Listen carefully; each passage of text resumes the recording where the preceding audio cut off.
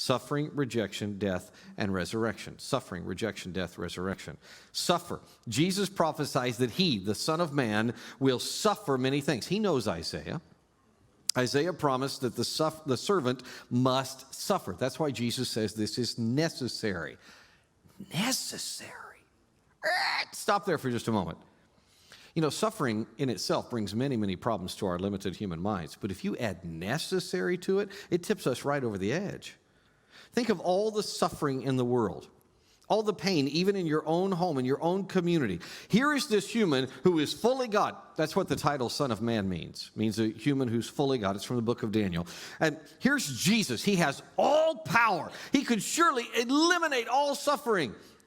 But holding his personal compass to some true north that disciples can't see, Jesus acknowledges that pain is part of the plan. Suffering. Second specific he mentions, maybe the most painful one of all, Jesus will be rejected by all the aspects of the Jewish leadership. The people who should be most in tune with him are the ones who tune him out. In fact, they will put him to death. The ultimate rejection is murder. And the third aspect of Jesus' passion is his death. To put someone to death is to completely deny them. But then Jesus promises the fourth part, his resurrection. And that changes everything. If only one has eyes to see it. And most people don't. Even Christians. Preteen girl that I know suffers from cancer. She is in pain much of the time, and her chemotherapy days are just wretched. There was one day where her parents and I were in their living room. We were just lamenting the horror of it all, and she came in the room while we were praying.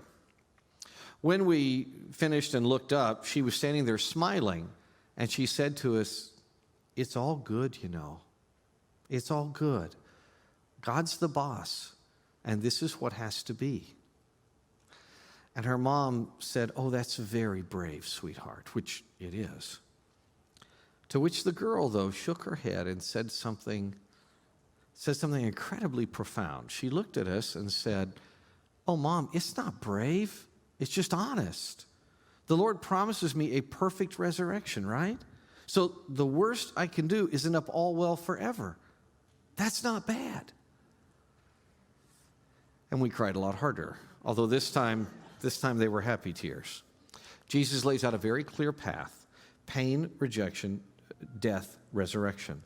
Now, this is the Lord who taught these disciples to follow me. He's already taught in Mark that those who trust him are in him and will be like him.